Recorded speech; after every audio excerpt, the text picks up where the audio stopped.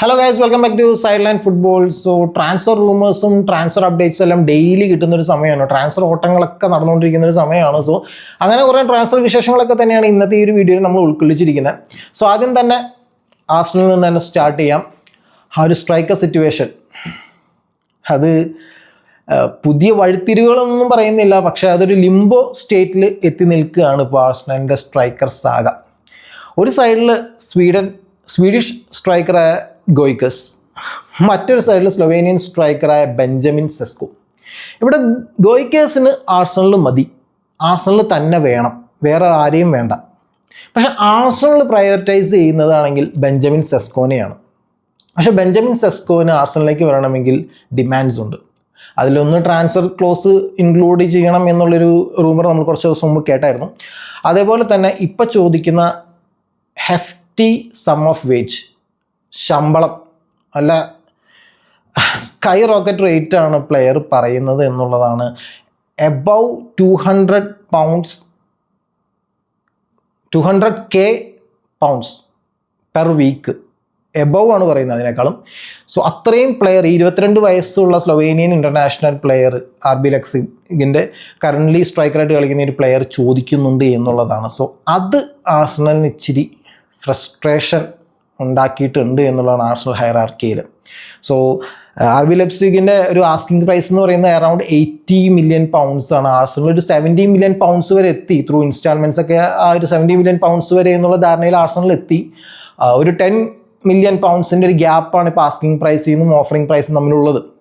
പക്ഷേ ഇപ്പോൾ അതിനേക്കാളും വലിയ തലവേദനയാണ് പ്ലെയർ ചോദിക്കുന്ന ഈ ഒരു ഹെഫ്റ്റി സം ഓഫ് വേജ് എന്നുള്ളതാണ്. സോ അത് ഒരു പ്രശ്നമായി മാറിയേക്കാം എന്നുള്ളതാണ്, ഒരു ഹ്യൂജ് ടേണിംഗ് പോയിന്റ് ആയേക്കാം. അത് കാരണം ഒരു യൂ ടേൺ ആർസണൽ എടുത്ത് അഗെയിൻ ഗോയ്ക്കേഴ്സിൻ്റെ അടുത്തേക്ക് തന്നെ വരുന്നു എന്നുള്ള രീതിയിൽ റിപ്പോർട്ട്സ് വരുന്നുണ്ട് എന്നുള്ളതാണ്. സോ ഇത് കുറേ നാളായി ഇപ്പോൾ അങ്ങോട്ടും ഇങ്ങോട്ടും നടക്കുന്നു. ആൻഡ് സെസ്കോൻ്റെ കാര്യത്തിൽ സീരിയസ് ആയിട്ട് ആർസണലിൽ ഇറങ്ങിയതാണ് എന്നുള്ള രീതിയിലൊക്കെ റിപ്പോർട്ട്സ് വന്നതാണ്. ബട്ട് നൗ ആ ഒരു ശമ്പളം ഒരു പ്രശ്നമായി വരികയാണ് എന്നുള്ളതാണ്. സോ ഇനിയിപ്പം ഗോയ്ക്കേഴ്സിൻ്റെ കാര്യം നോക്കുകയാണെങ്കിൽ ഗോയ്ക്കേഴ്സ് സ്പോർട്ടിങ്ങിൻ്റെ സ്വന്തം ക്ലബിൻ്റെ പ്രസിഡൻ്റായ വരാൻഡാസിൻ്റെ അടുത്ത് തല്ല് പിടിച്ചാണ് നിൽക്കുന്നത്. അവിടെ പ്ലെയർ ഡയറക്റ്റ്ലി പ്രസിഡന്റിനോട് പറഞ്ഞു എന്നാണ് പറയുന്നത്, ഇനിയൊരു സീസൺ കളിക്കാനായിട്ട് ഞാൻ സ്പോർട്ടിങ്ങിലേക്ക് തിരിച്ചു വരില്ല, കാരണം എൻ്റെ ട്രാൻസ്ഫർ ക്ലോസിനേക്കാളും കുറഞ്ഞ വിലയ്ക്ക് ക്ലബ്ബ് വിടാനായിട്ട് എന്നെ സമ്മതിക്കാം എന്നുള്ളൊരു ജെന്റിൽമാൻ എഗ്രിമെൻ്റ് ഉണ്ടായിരുന്നു, അത് നിങ്ങൾ ഭേദിച്ചു. അതുകൊണ്ട് ഞാൻ ഇനി ഒരു സീസൺ കളിക്കാനായിട്ട് അഗെയിൻ സ്പോർട്ടിങ്ങിലേക്ക് മടങ്ങി വരില്ല എന്നുള്ള രീതിയിൽ പ്ലെയർ പറഞ്ഞു എന്നാണ് പറയുന്നത്. ഇനി സ്പോർട്ടിങ്ങിൻ്റെ മൽപ്പിടുത്തം കാരണം അല്ലെങ്കിൽ മസിൽ പിടുത്തം കാരണം എങ്ങാനും ആർസണലിലേക്കുള്ള ഡീൽ കൊലാപ്സ് ചെയ്യപ്പെട്ടാൽ അല്ലെങ്കിൽ ആർസണലിലേക്കുള്ള വഴി അടയ്ക്കപ്പെട്ടാൽ താൻ ഒരിക്കലും സ്പോർട്ടിങ്ങിനോട് ക്ഷമിക്കില്ല, I will never forgive to Sporting എന്നുള്ള രീതിയിൽ പ്ലെയർ ഡയറക്റ്റ്ലി പ്രസിഡന്റിനോട് പറഞ്ഞു എന്നുള്ളതാണ് പോർച്ചുഗീസ് മാധ്യമങ്ങൾ റിപ്പോർട്ട് ചെയ്തത് 2 ദിവസം മുമ്പ്. സോ അവിടെ കട്ടക്കലിപ്പിലാണ് ഗോയ്ക്കേഴ്സ് നിൽക്കുന്നത് ആർസണലിലേക്ക് വരാനായിട്ട്. ഇവിടെയാണെങ്കിൽ ആർസണൽ ബെഞ്ചമിൻ സെസ്കോൻ്റെ ഡിമാൻഡ്സ് കേട്ടുകൊണ്ടിരിക്കുകയാണ്. സോ മേ ബി ഇതൊരു യൂ ടേൺ ആയിരിക്കാം ഗോയ്ക്കേഴ്സിലേക്ക് തന്നെ എത്തുന്നത്. സോ രണ്ടാണെങ്കിലും അതിലൊരു തീരുമാനം എടുക്കേണ്ട സമയം വളരെയധികം എത്തിയെന്നുള്ളത്. ഇപ്പോൾ ജൂലൈ 19 ആകുമ്പോഴേക്കും പ്രീ സീസൺ ടൂറ്, ഏഷ്യൻ ടൂറാണ് ആർസണലിൻ്റെ സ്റ്റാർട്ട് ചെയ്യും. സോ അതിന് മുന്നേ തന്നെ ഒരു തീരുമാനം എടുക്കണം, ഫസ്റ്റ് ഒരു ഡിസിഷൻ എടുക്കണം. ഈ ഒരു ലിംബോ കണ്ടീഷനിൽ നിന്ന് ഒരു ബ്രേക്ക് ഫ്രീ വേണം നമുക്ക് ഈ ട്രാൻസ്ഫർ സാഗയിൽ, ഈ ഒരു സ്ട്രൈക്കർ ട്രാൻസ്ഫർ സാഗയിൽ എന്നുള്ളതാണ്. സോ ഞാനിപ്പോഴും പ്രിഫർ ചെയ്യുന്നത് സെസ്കോനെ തന്നെയാണ്. എനിക്ക് ബെഞ്ചമിൻ സെസ്കോ വന്നെന്ന് തന്നെയാണ്. പക്ഷേ പ്ലെയറിൻ്റെ ഒരു ശമ്പളം, ഇത്രയും ഹെഫ്റ്റി ആയിട്ടുള്ള ശമ്പളം ചോദിക്കൽ എത്രത്തോളം അത് ആ ഒരു തീരുമാനം മാറ്റാനായിട്ട് ആർസണൽ ഹൈറാർക്കിനെ പുഷ് ചെയ്യുന്നുള്ളത് ഇനി നമ്മൾ കണ്ടറിയേണ്ട ഒരു കാര്യം തന്നെയാണ്. സോ ഇനി ആർസണലിലെ മറ്റുള്ള കാര്യങ്ങൾ നോക്കുകയാണെങ്കിൽ ആ ലെഫ്റ്റ് വിങ്ങിലേക്കാണ് നമ്മൾ നോക്കുന്നത്. നമ്മുടെ ഒരു ഡ്രീം സൈനിങ്, ശരിക്കും നമ്മുടെ സ്ട്രൈക്കറാണ് നമ്മുടെ ഡ്രീം സൈനിങ്. പക്ഷേ ആ റോഡ്രിഗോ എന്ന് പറയുന്ന ആ ഒരു ബ്രസീലിയൻ പ്ലെയറിൻ്റെ പേര് നമുക്കത് വളരെയധികം ഈ ഒരു സീസണിലേക്ക് വളരെയധികം കൊതിപ്പിക്കുന്ന ഒരു സൈനിങ് ആണ് നമുക്കത്. സോ ഇപ്പോൾ റയൽ മാഡ്രിഡിൽ റോഡ്രിഗോൻ്റെ അവസ്ഥ നോക്കുകയാണെങ്കിൽ ക്ലബ് വേൾഡ് കപ്പിൽ സാബി അലോൺസോയ്ക്ക് കീഴിൽ റയൽ മാഡ്രിഡിൽ ഇറങ്ങി 2 മത്സരങ്ങൾ കളിച്ചു. അതിൽ ആദ്യത്തെ മത്സരത്തിൽ റൈറ്റ് വിങ്ങിലാണ് റോഡ്രിഗോ സ്റ്റാർട്ട് ചെയ്തത്. 65-70 മിനിറ്റ് വരെ കളിച്ചു, അതിനുശേഷം സബ്സ്റ്റിറ്റ്യൂട്ട് ചെയ്യപ്പെട്ടു. സെക്കൻഡ് മാച്ചിൽ അൺയൂസ്ഡ് സബ്ബായിരുന്നു റോഡ്രിഗോ.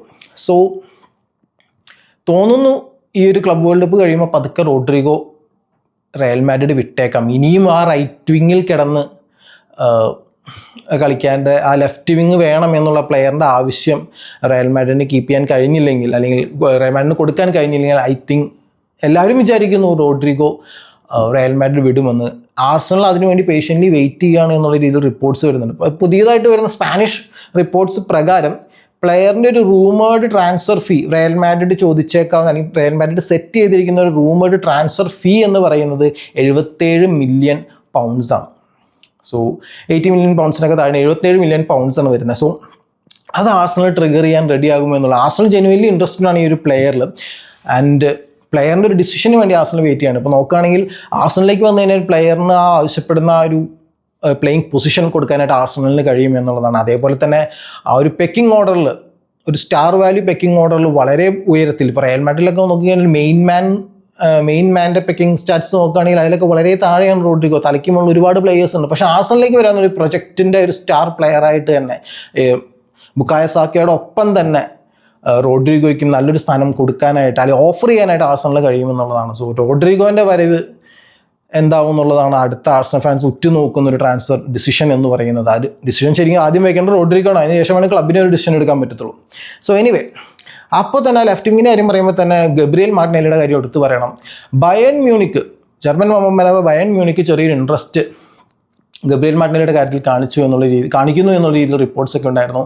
പക്ഷേ എനിക്ക് തോന്നുന്നില്ല മിക്കേൽ ആർട്ടറ്റ ഗബ്രിയേൽ മാർട്ടിനെല്ലിനെ ഈ ഒരു സീസണിൽ വിട്ട് കളയും എന്നുള്ളത്. നമുക്കറിയാം ഗബ്രിയേൽ മാർട്ടിനെല്ലി അദ്ദേഹത്തിൻ്റെ ഒരു ബെസ്റ്റ് പുറത്തെടുക്കാൻ കഴിഞ്ഞിട്ടില്ല. ഒരു ബ്രേക്ക് ത്രൂ സ്റ്റാർ ആയിരിക്കും നമ്മുടെ ഓരോ സീസൺ തുടങ്ങുമ്പോഴും.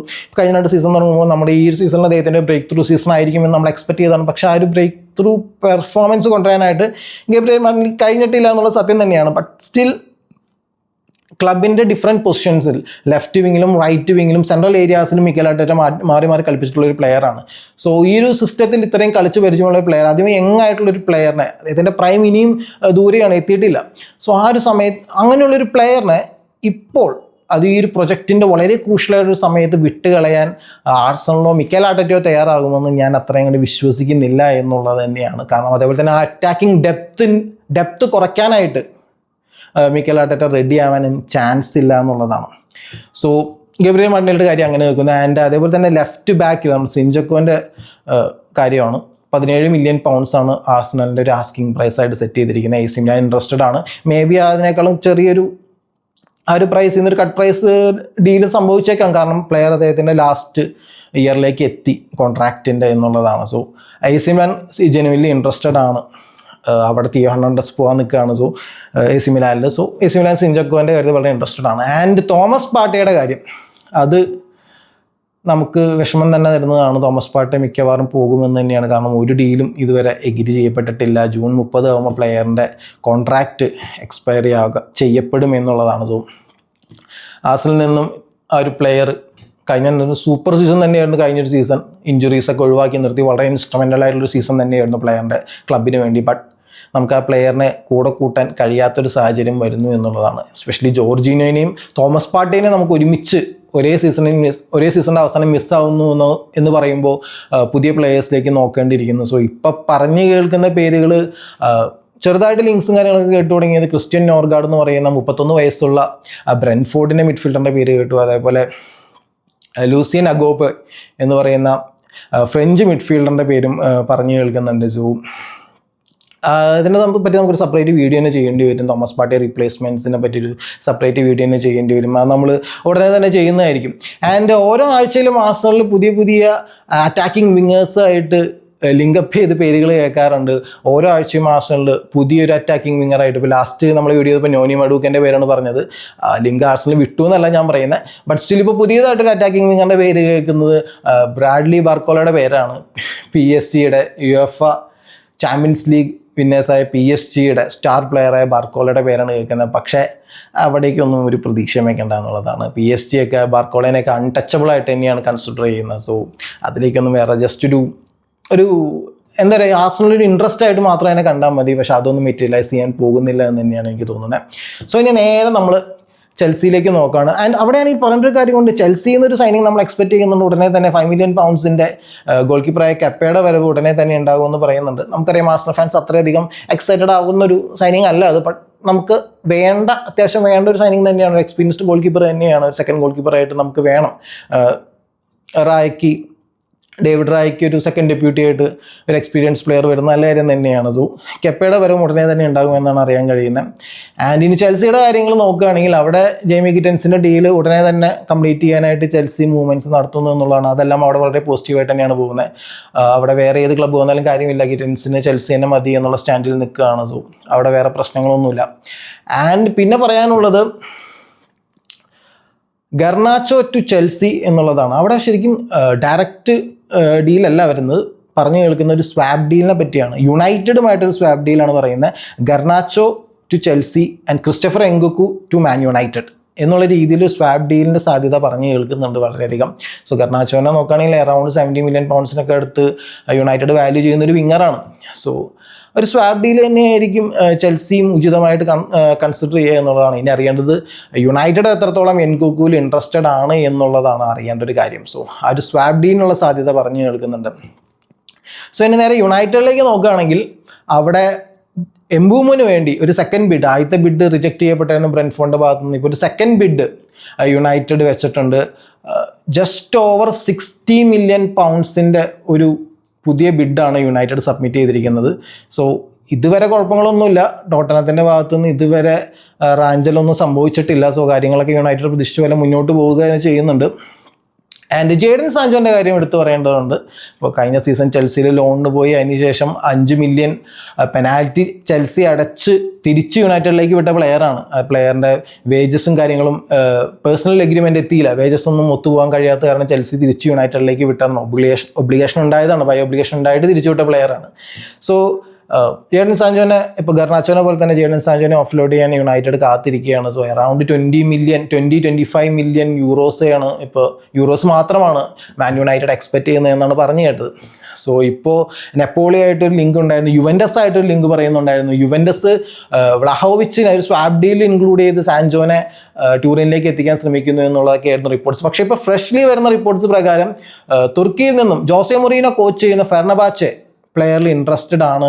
ആൻഡ് പേഴ്സണൽ എഗ്രിമെൻറ്റ് ഏറെക്കുറെ എത്തി എന്ന് പറയുന്നുണ്ട്. ഒരു 10 മില്യൺ യൂറോസിനടുത്ത് വരുന്ന സാലറി പെർ ഇയർ കണ്ടതോടുകൂടി പ്ലെയറിൻ്റെ ഭാഗത്തു നിന്നും ഒരു ഗ്രീൻ ലൈറ്റ് കിട്ടിയതായിട്ട് റിപ്പോർട്ട്സും റൂമേഴ്സൊക്കെ വരുന്നുണ്ട്.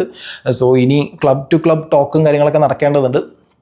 സോ മേ ബി എന്തായാലും യുണൈറ്റഡിന് ഒരിക്കലും സാഞ്ചോനെ പിടിച്ചെടുത്തണം വലിയ ആഗ്രഹമൊന്നുമില്ല. സോ മിക്കവാറും സാൻജോ ഫെർണബാച്ചയിലേക്ക് പോകാൻ, തുർക്കിയിലേക്ക് ജോസെ മൊറീനോൻ്റെ കീഴിൽ കളിക്കാൻ പോകാനുള്ള സാധ്യത കൂടി വരുന്നു എന്നുള്ളതാണ്. ആൻറ്റണി ഗോൾ കീപ്പിംഗ് സിറ്റുവേഷൻ നോക്കുകയാണെങ്കിൽ അവിടെ ഒനാനയുടെ കാര്യം, ഒനാന പോയിട്ട് വേണം മാർട്ടീനസിനൊക്കെ വരാനായിട്ട് എന്നുള്ളൊരു രീതിയിലാണ് കാര്യങ്ങൾ നിന്നിരുന്നത്. പക്ഷെ ഒനാന AS മൊനാക്കോയിലേക്ക് പോകുന്ന കാര്യം ഇച്ചിരി കുഴപ്പത്തിലായി എന്നുള്ളതാണ്. ഐ മീൻ ലൈക്ക് മൊനാക്കോ അത്ര വലിയ ഇൻട്രസ്റ്റ് ഇപ്പോൾ കാണിക്കുന്നില്ല, പ്ലെയറിൻ്റെ കാര്യത്തിൽ കാണിക്കുന്നില്ല എന്നുള്ളതാണ്. സോ മേ ബി ഒനാനോ യുണൈറ്റഡ് തന്നെ നിന്ന് ആ ഒരു പെർഫോമൻസ് ഇമ്പ്രൂവ് ചെയ്യാനുള്ള ശ്രമം നടത്തിയേക്കാം എന്നുള്ളതാണ്. സോ അങ്ങനെയാണെങ്കിൽ മാർട്ടീനസിൻ്റെ വരവ് യുണൈറ്റഡിലേക്ക് ഉണ്ടാവാൻ ചാൻസ് ഇല്ല എന്നുള്ളതാണ്.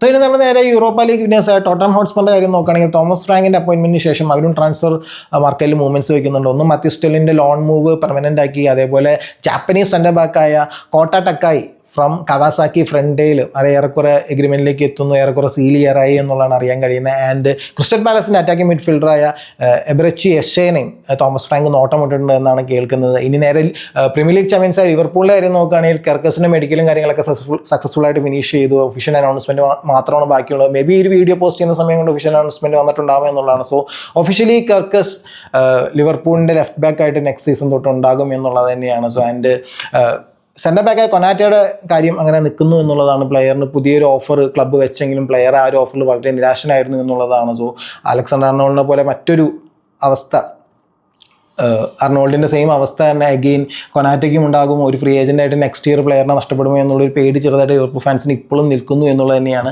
സോ ഇനി നമ്മൾ മറ്റുള്ള ട്രാൻസ്ഫർ വിശേഷങ്ങളും കാര്യങ്ങളൊക്കെ നോക്കുകയാണെങ്കിൽ നോട്ടിംഗ്ഹാം ഫോറസ്റ്റ് പഴയ ലിവർപൂൾ പ്ലെയറായ ഹെൻഡേഴ്സണിൻ്റെ കാര്യത്തിൽ ഇൻട്രസ്റ്റഡ് ആണ് എന്നുള്ള റിപ്പോർട്ട്സ് വരുന്നുണ്ട്. പ്ലെയർ ഇപ്പോൾ അയാക്സിലാണുള്ളത്. പക്ഷേ പ്ലെയറിന് ജൂലൈയിൽ ഒരു ഫ്രീ ഏജൻ്റായിട്ട് ക്ലബ്ബ് വിട്ട് പോകാനുള്ള ഒരു ക്ലോസ് പ്ലെയറിൻ്റെ അഗ്രിമെൻറ്റിൽ ഉണ്ട് എന്നുള്ളതാണ്. സോ നോട്ടിംഗ്ഹാം ഫോറസ്റ്റ് ഈ ഒരു പ്ലെയറിൻ്റെ കാര്യത്തിൽ ഇൻട്രസ്റ്റഡ് ആണെന്ന് പറഞ്ഞ റിപ്പോർട്ട് വരുന്നുണ്ട്. അതേപോലെ തന്നെ ഫ്രഞ്ച് ക്ലബ്ബായ മാർസേലും ഈ ഒരു പ്ലെയറിൻ്റെ പുറകെ തന്നെ ഉണ്ട് എന്നാണ് അറിയാൻ കഴിഞ്ഞത്. ആൻഡ് ന്യൂകാസിലിന് ഇരട്ട അടി കിട്ടിയെന്ന് വേണമെങ്കിൽ പറയാം. കാരണം അവരുടെ 2 ബിഡുകളാണ് റിജക്ട് ചെയ്യപ്പെട്ടത് എന്നുള്ളതാണ്. ഒന്ന് അറ്റ്ലാന്റയുടെ സെന്റർ ബാക്കായ ജോർജിയോ സ്കാൽവിനിയുടെ കാര്യത്തിൽ അറ്റ്ലാന്റ റിജക്ട് ചെയ്തു കഴിഞ്ഞു, പ്ലെയറിനെ വിൽക്കാൻ ഉദ്ദേശമില്ല എന്ന് തന്നെ റിപ്പോർട്ട്സ് വരുന്നുണ്ട്.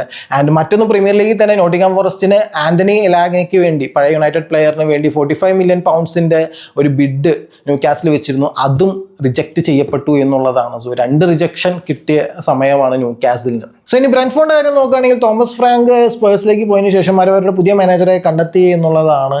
അവർക്ക് അധികം ഒന്നും പുറത്തൊന്നും തരേണ്ടി വന്നില്ല. അവരുടെ തന്നെ സെറ്റ് പീസ് കോച്ചായ കീത്ത് ആൻഡ്രൂസ് ആണ് ഇപ്പോൾ പുതിയതായിട്ട് ബ്രെൻറ്റ്ഫോർഡിന്റെ മാനേജറായിട്ട് പ്രൊമോഷൻ കിട്ടിയിരിക്കുന്നത് എന്നുള്ളതാണ്. സോ അങ്ങനെ ബ്രെൻറ്റ്ഫോർഡും അവരുടെ പുതിയ മാനേജറെ കണ്ടെത്തി. സോ ഇതൊക്കെയാണ് ഇന്നത്തെ ഒരു വീഡിയോയിൽ നമ്മൾ പറഞ്ഞു പോകുന്ന ട്രാൻസ്ഫർ വിശേഷങ്ങളും കാര്യങ്ങളൊക്കെ. സോ ഈ പറഞ്ഞു പോയതിലൊക്കെ എന്തെങ്കിലും അപ്ഡേറ്റ്സും കാര്യങ്ങളൊക്കെ എന്തെങ്കിലും നിങ്ങൾക്ക് താഴെ കമന്റ് സെക്ഷൻ രേഖപ്പെടുത്താവുന്നതാണ്. അതേപോലെ നിങ്ങളുടെ അഭിപ്രായങ്ങളും നിങ്ങൾക്ക് താഴെ കമന്റ് സെക്ഷൻ രേഖപ്പെടുത്താവുന്നതാണ്.